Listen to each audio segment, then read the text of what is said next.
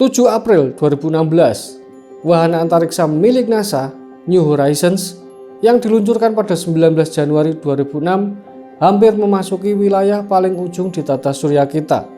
Tim NASA mengarahkan New Horizons menuju Pluto yang berada di area bernama Sabuk Kuiper atau Kuiper Belt. Tapi tepat sebelum tiba di planet kerdil itu, wahana ini mendeteksi sebuah objek aneh. Objek ini berputar sangat cepat, lebih cepat dari semua objek lain yang ada di sekitarnya. Kemudian New Horizons mendekati objek itu. Tapi saat wahana sudah berjarak dekat dengan objek itu, semua komunikasi terputus.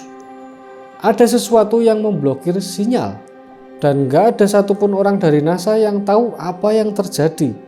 Tapi ada beberapa orang yang tahu apa yang sebenarnya terjadi, karena mereka ada di sana. Wahai para netizen yang dimuliakan, inilah dia, 20 and back. Reports of unidentified flying objects, Perhaps even a UFOs, continue, UFO. and they're not completely ignored by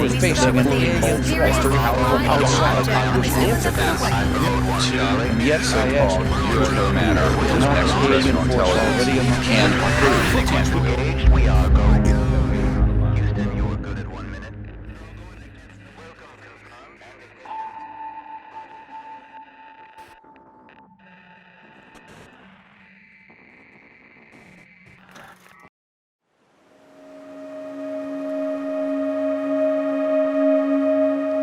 Sabuk Kuiper atau Kuiper Belt adalah wilayah berbentuk donat yang melingkari tata surya kita, tapi dalamnya dimulai dari orbit Neptunus, sekitar 30 EU dari matahari.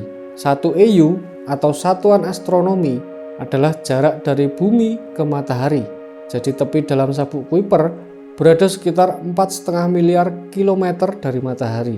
Dan wilayah itu membentang sekitar 7 miliar kilometer lebih jauh lagi ke arah luar.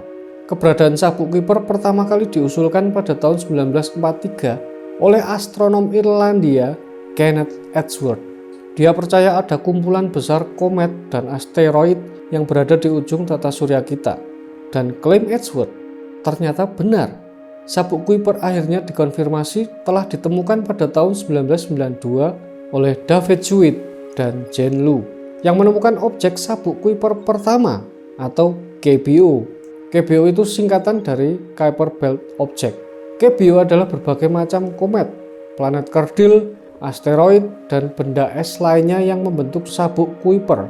Sweet dan Lu menamai penemuan mereka sebagai penghormatan kepada Gerard Kuiper yang dianggap sebagai bapak ilmu planetologi. Pluto sendiri yang kita sebut sebagai planet selama ini sebenarnya adalah KBO dan merupakan salah satu yang terbesar dengan diameter sekitar 2400 km. Sampai saat ini, Sabuk Kuiper masih menjadi misteri karena masih dalam tahap awal eksplorasi.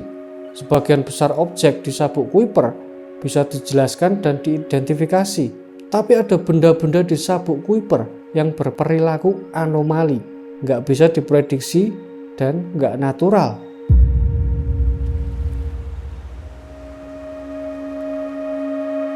Pada tanggal 12 Mei 1994, Michael Irwin dan Anna Zitkov adalah seorang astronom di Observatorium Roque de los Muchachos di Canary Island. Di suatu malam, saat bekerja, mereka melihat sesuatu, sebuah objek yang bersinar dan berkedip aneh, berbeda dari semua yang ada di sekitarnya, bersinar dan meredup dalam ritme yang sangat teratur, setiap 5,5 jam sekali. Dalam standar antariksa, itu sangat cepat. Gaya sentrifugal dari rotasi secepat itu seharusnya akan menghancurkan sebuah KBO biasa menjadi serpian. That the centrifugal force could actually tear it apart is it made of something stronger than rock and ice. Kebanyakan objek Sabuk Kuiper terbuat dari debu dan es yang pasti akan hancur. Michael dan Anna nggak pernah lihat yang kayak gini. Tapi teknologi saat itu nggak memungkinkan mereka buat mengamati cukup dekat buat mengidentifikasi lebih dalam. Dan mereka menamai objek itu dari mitologi Wales, dewa dari dunia bawah tanah, Arawan. Arawan is named after the Celtic god of death, war, terror, revenge. Not a pleasant person, as you can well imagine. 23 tahun kemudian, setelah teknologi berkembang, akhirnya para astronom bisa mengamati objek itu cukup dekat. Pada April 2016, misi New Horizons NASA mencapai sabuk Kuiper dan sedang dalam perjalanan menuju Pluto, dan Orion ada di jalur itu. Tapi tepat saat New Horizons mendekati Orion, koneksi terputus. New Horizons masuk ke dalam safe mode. Safe mode mematikan semua sistem penting dan dipicu secara otomatis ketika wahana mendeteksi sesuatu yang nggak biasa. Tim NASA di bumi bingung, nggak ada penjelasan. Kemudian seseorang engineer dari NASA mendekati supervisornya dan berkata, sepertinya ada yang memutus kontak sinyal kita. All of a sudden transmission was cut off. It suggests that someone is monitoring our very presence. It does beg the question, is someone or something trying to jam NASA's signal? Dari cara Orion berputar, rotasi 5,5 jam yang nggak masuk akal itu terasa artifisial atau buatan. Putaran seperti itu memunculkan konsep spin gravity dan bukan hal baru bagi NASA. NASA sudah bereksperimen dengan gravitasi buatan sejak tahun 1960-an. Para ahli mengembangkan ide stasiun luar angkasa berbentuk silinder raksasa yang berputar, menciptakan gravitasi buatan di permukaan di dalamnya. Dan konsep ini banyak digunakan di film-film sci-fi. Tapi hasil tesnya di dunia nyata membuktikan bahwa manusia nggak cocok sama konsep ini. Dr. Janet Kaplan, neuropsikologis dari Brandeis University, melakukan eksperimen pada manusia di dalam ruangan yang berputar. Ketika terpapar gravitasi buatan dari rotasi, manusia mengalami apa yang disebut dengan gaya Coriolis, yang bikin gerakan lurus jadi bengkok dan menyebabkan disorientasi parah, keringat dingin, mual, dan muntah. When you make a step, your leg is subject to Coriolis force deviation. We experience motion sickness, there's confusion. Dan muntah di luar angkasa itu adalah masalah yang sangat serius. Tapi Orion berputar dengan cara yang terasa seolah ada yang mengendalikannya. Dan area itu, yaitu sabuk Kuiper, adalah tempat yang paling ideal buat bersembunyi karena benar-benar gelap dan dipenuhi objek-objek aneh dengan berbagai bentuk. Kecepatan rotasi Orion menghasilkan gravitasi yang jauh lebih rendah dari gravitasi bumi, terlalu rendah buat manusia, tapi mungkin pas untuk sesuatu yang bukan manusia. Setelah beberapa jam dalam safe mode, New Horizons menjauh dari Orion, kembali menyala dan melanjutkan perjalanan ke sabuk Kuiper. Tapi apa yang baru aja terjadi? Dan ternyata Orion bukan satu-satunya KBO yang berperilaku aneh di sabuk Kuiper. Dan semakin dalam New Horizons menyusuri kegelapan, mereka menyadari bahwa kita tidak sendirian.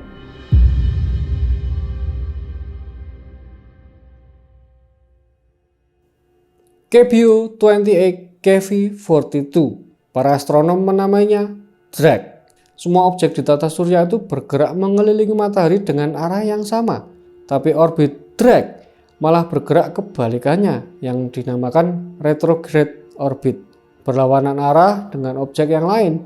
Dan ada satu hal yang cukup menarik dari nama drag. Jadi dalam komunitas ufologi, mereka menyatakan ada 4 jenis ras alien. Tapi ada satu jenis ras alien yang disebut sebagai penguasa di balik semuanya, yaitu Draconian. Di luar sabuk Kuiper, ada sesuatu yang lebih besar yang sudah lama jadi rumor di komunitas sains dan komunitas konspirasi, yaitu planet X atau Nibiru. Planet X terletak sangat jauh dari Pluto dan NASA sudah puluhan tahun meneliti objek ini. Rumor tentang Nibiru ini dipopulerkan sama penulis Zecharia Sitchin lewat bukunya The 12 Planet. Dia mengklaim bahwa Nibiru adalah tempat asal Anunnaki, ras alien yang pernah mengunjungi bumi di masa lampau. Saya akan bahas ini di video terpisah. Foto-foto terbaru dari lapisan terluar sabuk Kuiper terus bermunculan berkat teleskop luar angkasa James Webb. Tapi sayangnya, yang dirilis ke publik itu sudah sangat tersensor. Ini sudah terbukti di video saya yang ini, bahwa foto-foto NASA yang dirilis itu sudah melalui sensor ketat. I realized at this point that it's very secret, that it was kept secret, because I asked him What are you going to do with this piece of information? And he said, we always airbrush these out before we sell them to the public.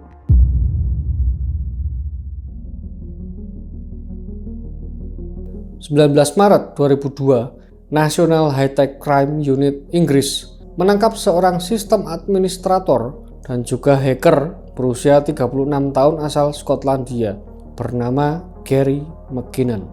Mereka menahan McKinnon atas permintaan Departemen Kehakiman Amerika Serikat dengan tuduhan membobol jaringan NASA dan Pentagon, server paling rahasia di planet ini. Menariknya, McKinnon nggak hanya mengakui kejahatannya, tapi dia juga mengklaim menemukan bukti bahwa pemerintah Amerika Serikat bekerja sama dengan makhluk ekstraterestrial.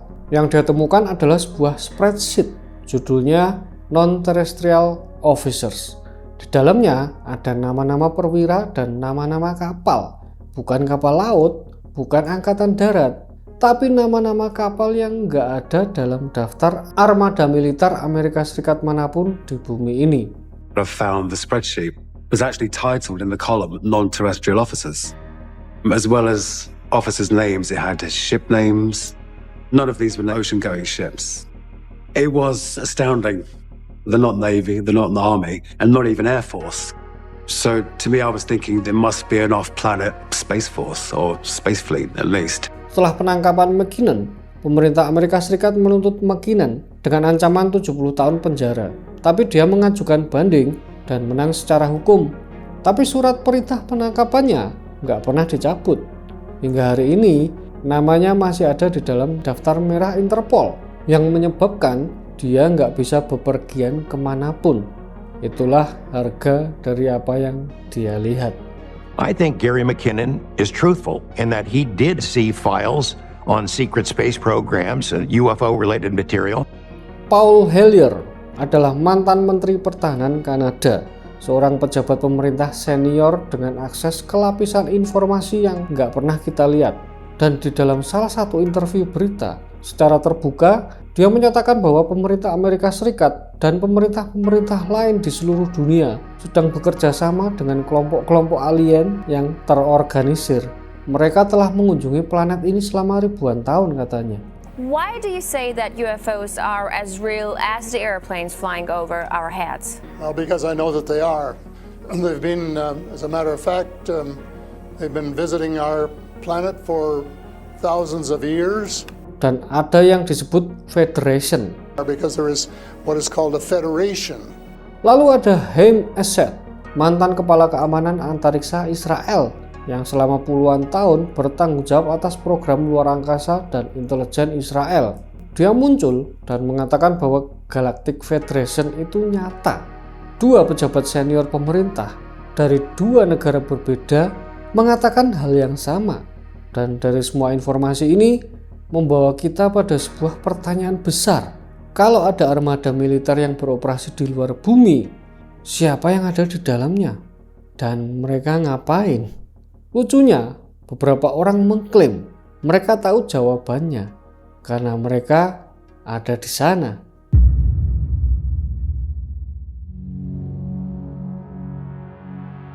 Rebecca Rose, seorang anak yang baru berusia 4 tahun, dia terbangun dari tidurnya karena ada beberapa orang asing di kamarnya. Dan dia ketindihan, nggak bisa gerak. Orang-orang asing ini nggak napak tanah. Mereka melayang di atas kasurnya. Tapi Rebecca nggak bisa lihat wajah mereka. Lalu tiba-tiba ada kilatan cahaya super terang dan Rebecca merasa seperti tanpa bobot. Ketika dia membuka matanya, dia nggak lagi ada di kamarnya. Dia masih tindihan, tapi sekarang terikat di sebuah meja logam, kayak kasur jenazah. Dia berada di ruangan steril dan berbahan metal dengan peralatan aneh yang tergantung di dinding. Udaranya hangat, lembab, dan bau batu-batan. Dan salah satu makhluk asing di situ berbicara padanya tanpa membuka mulut. Dia mendengar suara di dalam kepalanya. Kamu tidak dalam bahaya. Kami hanya ingin kamu bermain. Jadi kayak ngomong telepati. Kemudian sosok itu menunjuk ke meja kecil di sisi lain ruangan. Ada buku, puzzle, dan berbagai macam permainan. Permainan yang melatih kemampuan otak. Selama berjam-jam, Rebecca disuruh memecahkan puzzle di ruangan itu. Lalu sosok itu mendekat, tersenyum kepadanya, dan kilatan cahaya terang itu muncul lagi. Rebecca membuka matanya dan sudah ada di tempat tidur kamarnya. Tepat waktunya pergi ke sekolah. Dia nggak terluka sedikit pun, kecuali mimisan yang terus-terusan. Kenangan malam itu memudar dengan cepat, kayak kalian tiba-tiba lupa. Tadi ngimpi apa ya? Dia pergi ke sekolah ya kayak hari biasa. Dan malam berikutnya, dia tidur dengan tenang, karena sudah benar-benar lupa sama kejadian di malam sebelumnya. Tapi mereka datang lagi. Para makhluk asing itu terus kembali setiap malam. Dan Rebecca mengerjakan tes serta memecahkan puzzle setiap malam. Tapi seiring waktu, saat dia semakin dewasa, Rebecca mulai menyadari lebih banyak tentang apa yang terjadi padanya. Ruang bermainnya ini ternyata adalah sebuah pangkalan di bulan. Dari jendelanya, dia bisa melihat kompleks bangunan yang luas di hamparan bulan. Dan perlahan-lahan dia menyadari bahwa para orang asing itu bukan manusia. Dia diculik oleh alien dari banyak ras berbeda. Ada yang menyerupai belalang raksasa yang Rebecca sebut sebagai mantis, dan sebagian besar adalah alien yang kita kenal sebagai alien Grey. Nah, dalam salah satu sesi, para alien Grey ini mengaktifkan kemampuan batin atau cenayang dalam diri Rebecca. Kata mereka, semua manusia itu punya kemampuan ini, tapi sangat sedikit yang bisa mengaksesnya. Puzzle dan tes yang sudah Rebecca kerjakan selama bertahun-tahun itu ternyata bukan sekedar permainan. Itu adalah program pelatihan psikis buat mengajarkan Rebecca cara mengakses dan mengendalikan kemampuan yang sudah ada dalam dirinya. Setelah Rebecca mahir dalam kemampuan telepati, dia dipaksa berinteraksi secara telepati sama makhluk-makhluk yang ditawan di pangkalan itu. Beberapa terlihat seperti manusia dan ada yang bukan. Dan Rebecca bisa merasakan bahwa mereka semua ketakutan. Setelah 4 tahun pelatihan, Rebecca dibawa ke sebuah rapat. Ada mantis, alien Grey, tapi ada juga manusia berseragam militer. Mereka menyuruh Rebecca duduk dan berkata, "Rebecca, pelatihanmu sudah selesai. Kamu sudah siap." Lah, Rebecca bingung, siap buat apa? Dan mereka akhirnya jelasin semua kegilaan ini. Kenapa dia dibawa ke pangkalan bulan selama 4 tahun, kenapa dia berinteraksi dengan berbagai macam spesies alien, dan dilatih mengembangkan kemampuan cenayangnya. Dan di akhir mereka bilang, "Rebecca, kamu bergabung dengan Dark Fleet."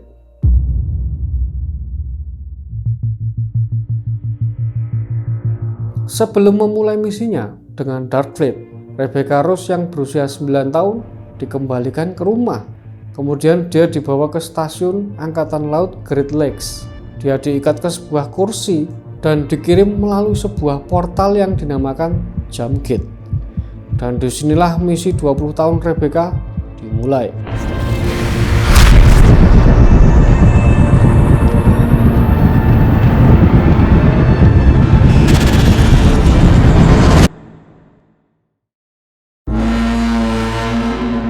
Rebecca dikirim ke Mars. Selama beberapa tahun di sana, Rebecca jadi bagian dalam patroli udara Mars Defense Force buat melindungi area di sekitar pangkalan Dark Fleet di Mars dari penduduk asli Mars seperti mantis dan reptilian. Singkat cerita, Rebecca diberi teknologi cybernetik meningkatkan kemampuan psikis, daya tahan, dan efektivitas tempur, beserta sistem armor dan senjata canggih yang terintegrasi langsung dengan tubuhnya. Intinya dia jadi super soldier.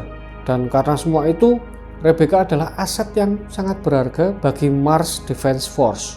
Tapi menjelang akhir misi 20 tahunnya, Rebecca dijual kepada Draconian.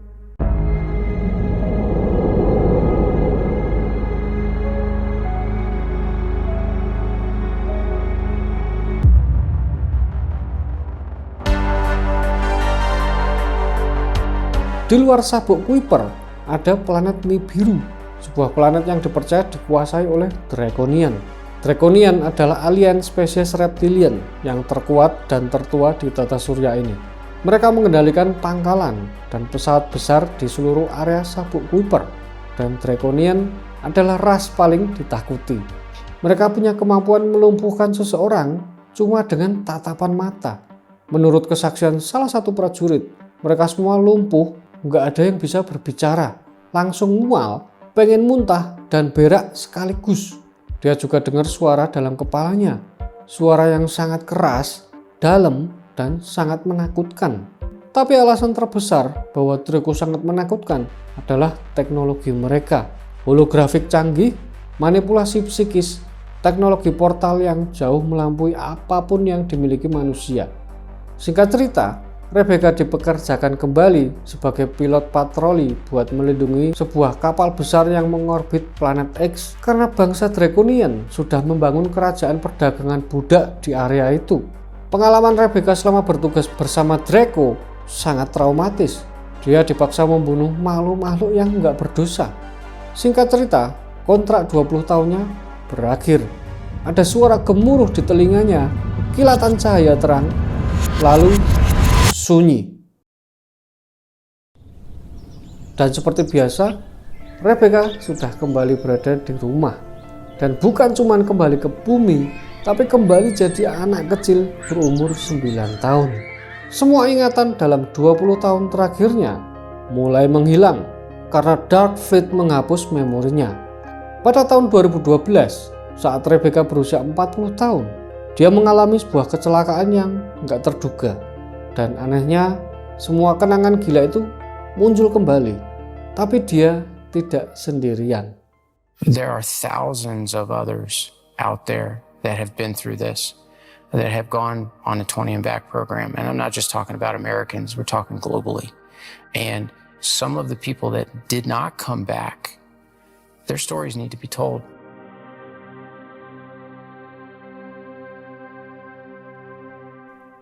Rebecca bukan satu-satunya. Ada sebuah program yang para whistleblower sebut sebagai MILAB, Military Adoption Program. Sebuah program militer rahasia yang bertanggung jawab merekrut, melatih, dan mempersiapkan anak-anak buat proyek-proyek khusus di dalam Secret Space Program. Beda dengan penculikan alien biasa, MILAB melibatkan manusia, personel militer, dan agensi pemerintah yang bekerja sama dengan entitas non-human dalam rekrutmen ini. Dan Jason Rice adalah salah satu dari mereka yang mengklaim pernah ada di dalamnya.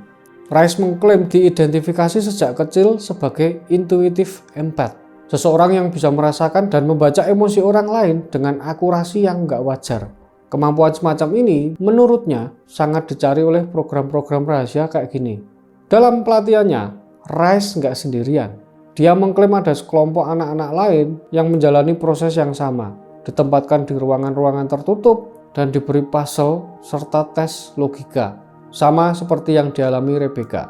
Tapi ada satu aturan ketat yang nggak boleh dilanggar. Mereka nggak boleh berbicara satu sama lain. Komunikasi hanya boleh dilakukan secara telepatik buat mengendalikan kemampuan intuisi yang memang sedang dilatih. Selama pelatihan ini, mereka diberikan obat-obatan yang dirancang buat meningkatkan kemampuan kognitif dan psikis mereka. Dan ada juga obat-obatan yang bikin mereka lupa, sama dengan yang dialami Rebecca. Because they used medications on us for improving our intuitive empath abilities, as well as to facilitate forgetting, not remembering where we'd gone or what we'd done, and then implanting us with false screen memories. Program ini memastikan para korban nggak akan mengingat pelatihan itu begitu mereka dikembalikan ke kehidupan normal. Tapi mereka tahu akan ada beberapa orang yang memorinya nggak terhapus sepenuhnya. Dan ini yang dialami Rebecca dan Rice.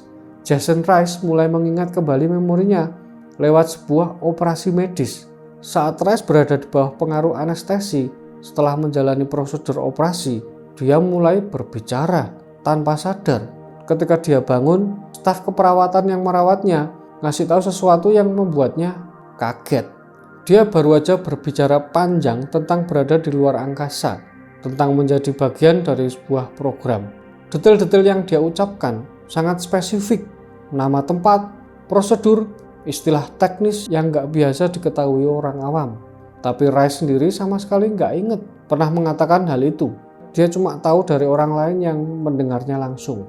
Bagi Rice, momen itu adalah titik balik, karena sebelumnya dia hanya punya perasaan samar bahwa sebagian masa kecilnya itu terasa nggak masuk akal. Setelah insiden anestesi itu, dia mulai melakukan riset dan menemukan bahwa ceritanya ternyata cocok dengan detail-detail yang sudah lebih dulu diceritakan oleh orang-orang lain yang juga mengklaim pernah jadi bagian dari MyLab.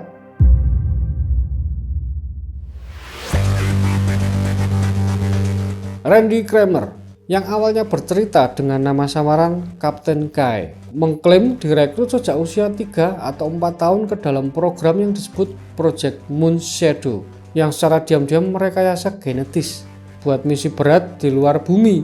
Saat dia berusia 17 tahun, di tahun 1987 misinya dimulai. Pertama ke pangkalan di bulan, lalu 17 tahun di Mars bersama Mars Defense Force. Selama di Mars itu manusia nggak sendirian ya, ada perang karena di bawah tanah Mars ada 2 spesies asli Mars yang sangat cerdas, reptoid dan insektoid. Setelah konflik yang panjang, ketiga pihak akhirnya menandatangani perjanjian damai dengan 2 syarat utama. Manusia nggak akan menyerbu tempat suci Mars dan ketiganya akan bersatu melawan Draconian. Singkat cerita, mereka tuh akhirnya berperang melawan Draconian. Perang itu brutal, tapi mereka menang. Draconian akhirnya mundur. Oke, sebenarnya ini ceritanya masih panjang ya. Tapi selain nanti videonya jadi kepanjangan, cerita Kramer ini terlalu khayal ya. Saya rasa nggak relate sama orang Indonesia. Jadi saya potong aja. Lalu ada Tony Rodriguez. Kisahnya bahkan lebih gelap. Dia nggak mengklaim direkrut, tapi dijual ke dalam program ini saat masih kecil sebagai pembayaran atas hutang seseorang. Dia menulis semua pengalamannya dalam sebuah buku dan detail-detail yang dia ceritakan. 4 orang, 4 kisah berbeda, satu tema yang sama. Sebenarnya bukan cuma 4 ya, tapi saya cuma ceritain 4 aja biar videonya ini nggak kepanjangan. Tapi kalau di total itu mungkin ada sekitar 12 orang. Mereka tiba-tiba muncul dan menceritakan pengalaman masa kecil yang serupa, penculikan, pelatihan, dipaksa jadi prajurit di banyak pangkalan, perekrutan Dark Fleet yang pada akhirnya melayani apa yang disebut sebagai Galactic Federation buat sebuah program luar angkasa selama 20 tahun yang mereka sebut sebagai 20 and Back.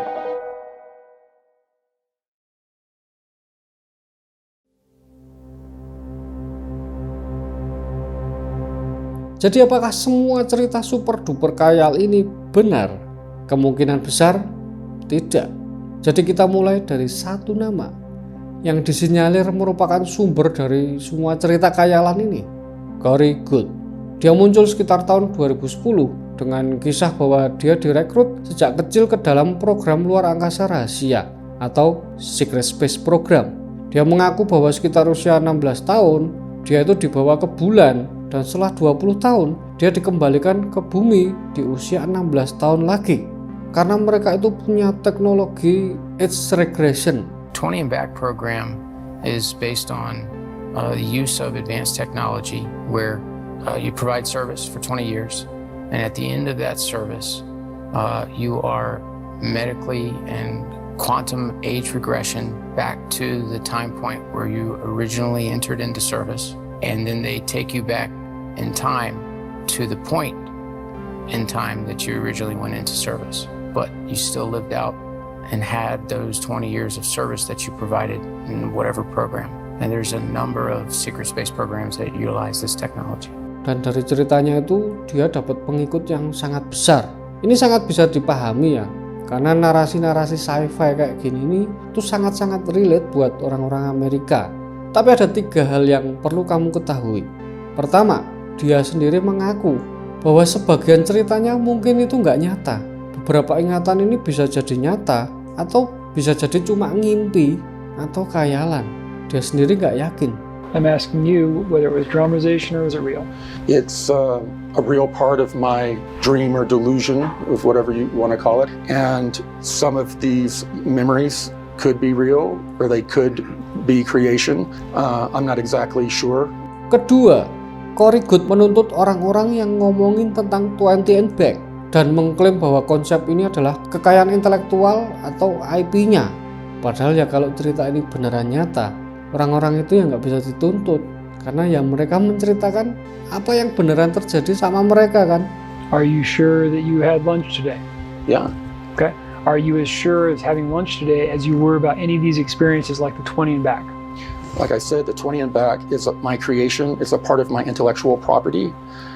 Me creating it means it came out of me and that it is my story and it was never anywhere before. Makes it my intellectual property. That's not my question. My question is, today you went to lunch, right? Well, listen, Listen, I have told you Hey, I'm asking that a I question. made up stuff on top of it, and in this book it says so. So, yes, I did make up stories about the secret space program. Tapi seseorang bernama Michael Ralphie sudah menerbitkan serangkaian buku berjudul The Mars Record pada tahun 2000, jauh sebelum Corey Goode. Dan buku itu membicarakan tentang perekrutan anak-anak, pelatihan psikis, regresi usia, dan reptilian. Cerita yang sama persis kayak 20 and Back. Ketiga, bahwa seseorang penulis bernama Bill Cooper sudah berbicara tentang program luar angkasa rahasia di CNN pada tahun 1992. Dia bilang ada dua program luar angkasa yang berbeda. Satu yang dilihat dan diketahui publik, diawasi oleh NASA. Yang lain adalah program rahasia yang nggak diketahui siapapun, diawasi oleh Departemen Angkatan Laut. Pluto was the application of that technology to our own secret space program, not the public space program. There are two different space programs. One is what the public gets to see, which is overseen by NASA, and the other one is a secret space program that nobody gets to see, which is really overseen by the Navy Department. Jadi banyak aspek dari cerita ini sudah ada sejak lama. Setiap kali seseorang baru bergabung dengan komunitas 20 and Back, mereka tuh memberikan bumbu-bumbu cerita baru. Dan setiap cerita berkembang saling mempengaruhi satu sama lain kayak gitu. Kalian bisa nonton sendiri interviewnya kalau mau. Dan kalau kalian pengangguran. Karena durasinya 6 jam. Oke, kamu bisa membantah Rebecca Rose, Jason Rice, Randy Kramer, dan Tony Rodriguez. Tapi membantah Paul Hellyer dan Haim Esset butuh argumen yang jauh lebih kuat dari sekedar itu nggak mungkin. Tapi intinya, nyata atau enggak cerita ini, bagi saya ini cerita yang super menarik ya. Dan kalian pun juga pasti suka. Buktinya masih nonton sampai sini. Tapi terlepas dari itu semua, sebagian besar dari apa yang kita bicarakan tentang sabuk Kuiper itu nyata. Dan sebagian kecil bullshit. Objek around itu beneran ada. Banyak dokumentasi tentang objek ini, tapi belum ada yang berhasil menjelaskan secara memuaskan. New Horizons memang pernah kehilangan kontak di satu titik, tapi nggak ada catatan resmi bahwa kejadian itu terjadi saat mendekati Around pada tahun 2016. NASA menyatakan misi New Horizons secara keseluruhan sukses. Yang terdokumentasi adalah kehilangan komunikasi singkat selama 1 jam pada 4 Juli 2015. 10 hari sebelum New Horizons melintas dekat Pluto, bukan Around. Planet Nibiru kemungkinan juga beneran ada, dan NASA menyebutnya Planet Nine. Pada tahun 2017, para peneliti sepakat bahwa data membuktikan adanya keberadaan planet gelap yang tersembunyi di tata surya kita. Drake juga nyata, dan objek ini memang bergerak berlawanan dengan orbit semua benda lain di tata surya kita. Tapi apakah ada hubungannya sama Draconian?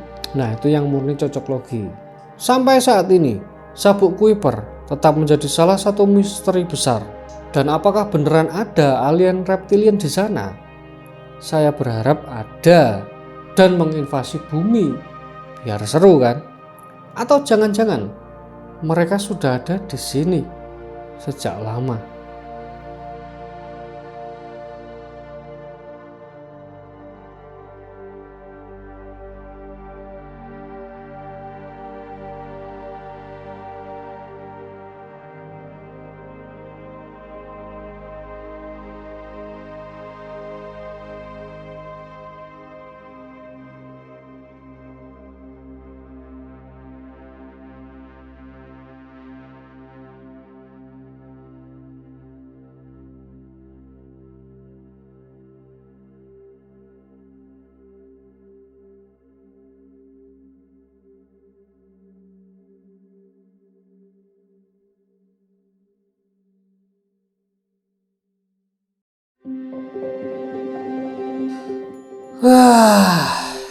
Terima kasih yang sudah nonton sampai sini. Ini adalah video terpanjang saya sejauh ini. Ini yang minta video 30 menit. Awas kalian kalau nggak nonton sampai sini loh ya. Kalau kalian suka channel ini dan mau mensupport channel ini supaya terus bikin video buat kalian, bisa dengan cara subscribe atau donasi lewat super thanks di bawah. Kalian juga bisa belanja lewat link produk-produk di bawah ini, karena saya juga dapat komisi dari situ. Terus follow sosial media saya yang lain di sini. Dan silahkan lanjut nonton video alien yang lain di sini atau video konspirasi yang lain di sini. Dah.